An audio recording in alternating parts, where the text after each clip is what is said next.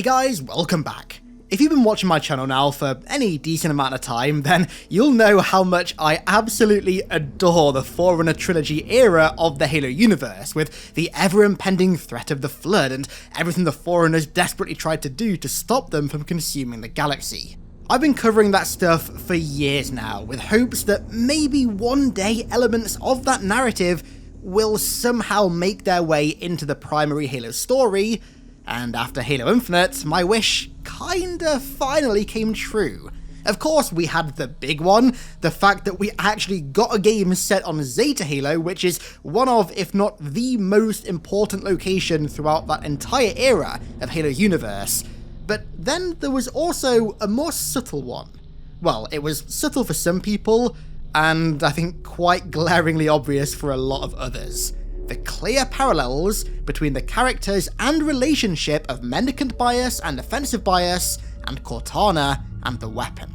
Now, post-Halo 5, some of us had a theory that this parallel was going to be between Cortana and Roland, given that Roland was one of the few AIs that didn't defect to the Created, and seemed to almost be acting in a similar role to offensive bias, and I mean, hell, there was even a cut part of Halo 5's story that was only ever storyboarded that looked like a kind of part of this potential narrative. But in the end, the weapon ended up filling Roland's role in this theory, which, to be honest, now that I think about it, as much as I do like Roland, makes this narrative parallel align even more perfectly. So, don't forget to head to HiddenX.gg if you want to pick up some officially licensed Game Pass, Xbox Live, or game codes, whilst also supporting your boy, and let's get into the details of this 100,000 year narrative parallel, starting out with Mendicant and Offensive, the foundational relationship of this puzzle. So, Mendicant Bias was one of the few Contender Class AIs ever created by the Forerunners, and was, at the time of its creation, the most powerful intelligent artificial intelligence ever created. When the Flood returned to the fold after their brief retreat and were threatening the galaxy with total consumption, it was given command of the entire Forerunner military. It was the most powerful artificial tactician in the entire Forerunner ecumene, and nothing could rival its intelligence. However, it eventually entered a conversation with the Primordial, which was part Gravemind and part Precursor, during which it was corrupted by the Logic Plague, causing it to go rampant and turn on its creators, actively seeking their destruction. In doing so, it also took a large portion of the Forerunner military under its command to the side of the Flood as well, which made a war that the Forerunners were already desperately losing even more lost. As Mendicant Bias and its new allies continued to consume Forerunner space, pushing them ever closer to a total defeat, and as every plan they tried to stop them failed, the Forerunners' final remaining plan was to create an almost carbon copy of Mendicant Bias with the sole intention of countering it, given that nothing else even came close to matching its intelligence. Enter Offensive Bias, a Contender Class AI created in the final days of the war against the Flood with the sole purpose of countering Mendicant Bias. It was seen as the only entity capable of matching Mendicant's power, and was the Forerunners' final hope for stopping the rampant AI and the parasite. It was ultimately successful, and following its defeat, Mendicant sought atonement for its sins against its masters by helping the Master Chief escape Installation 08 alive. Offensive Bias continued to serve the Forerunners as the guardian of the Endless Containment. Okay then, so now let's take a look at the Cortana and weapon relationship. Cortana was a smart AI created by the UNSC, specifically from the brain matrix of Dr. Catherine Horsey, humanity's greatest mind, and at the time of her creation, was the most powerful, most intelligent artificial intelligence ever created. She was created as a last-ditched effort to prevent humanity's total annihilation at the hand of the Covenant, which was looming ever closer. She was given command of various elements of the UNSC military, but her key role was as the brain of the UNSC's most important piece of technology, the Master Chief. However, with the Flood becoming an increasing threat, she was eventually left behind and forced into an extended conversation with a Gravemind, during which she was tortured and severely damaged.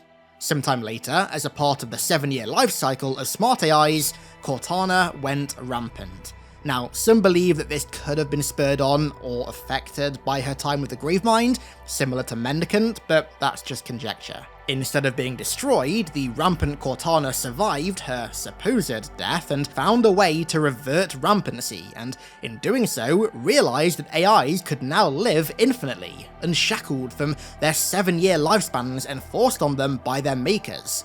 And so, she turned on her creators and formed the Created, causing a large number of other human AIs to follow suit and join her rebellion, setting the faction up as a direct enemy of humanity.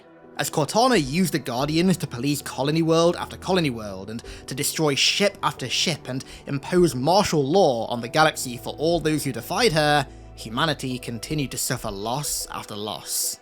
Enter the Weapon, another smart AI created from Dr. Halsey's brain matrix and an almost carbon copy of Cortana, with the intention of being used to ensnare Cortana in Zeta Halo systems and lock her down for deletion. This was partly successful, but in the end, Cortana ultimately sacrificed herself to save the Master Chief and humanity from the Banished and the Endless, realizing what she had done was wrong, and so her final act could, in a way, like Mendicant, be seen as an act of atonement for her sins against her creators. The Weapon continued to serve as Master Chief's new Guardian AI. So, with all that explained, do you see the similarities?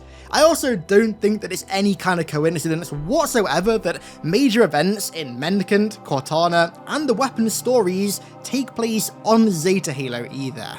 I mean, given its importance in the Forerunner era of the galaxy, and their war with the Flood that created the Mendicant offensive relationship in the first place, it is by no means whatsoever a coincidence that Cortana and the Weapon's relationship is so anchored to the ring as well.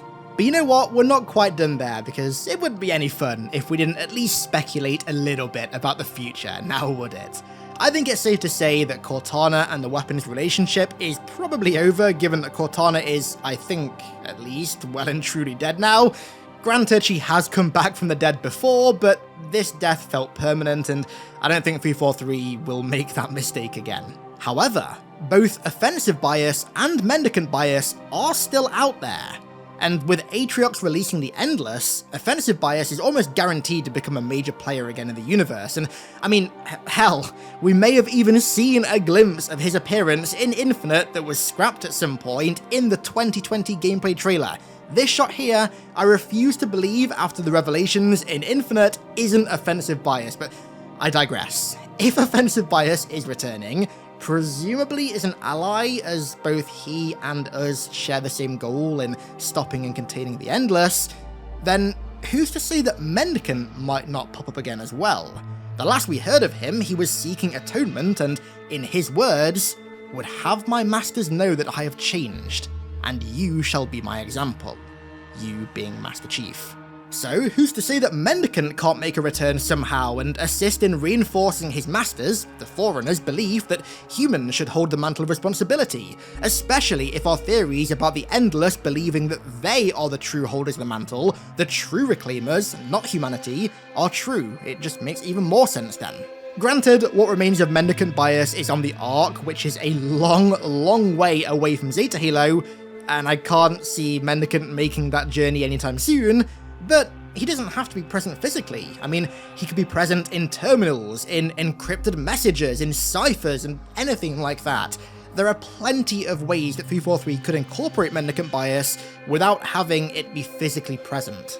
Perhaps the presumable reactivation of Offensive Bias, thanks to the freeing of the Endless, will bring Mendicant into the story somehow as well. I mean, technically, Offensive Bias and Mendicant Bias, even though one was created to counter the other, their two goals should theoretically be aligned now, both for different reasons, but they both want to stop the Endless. Offensive because that's his directive, and Mendicant to seek atonement for its sins and to protect humanity, so who knows? The fact is though, both of these cataclysmically important characters are still around in the universe, and I would absolutely love to see them interact once again. Especially after the shade that Mendicant threw Offensive in the Halo 3 terminals. Offensive can't leave that unchecked. And so, with that said, that's all for today's juicy lore video. Let me know what your thoughts are on this parallel, and also any theories that you might have regarding offensive bias, mendicant bias, and the current state of the Halo universe down below in the comments. And with that said, let's round this one out here. I want to give a massive thank you to my amazing patrons for the continued support over there as per usual, and thank you all so much for watching, I really do appreciate it, and I'll catch you all in the next one.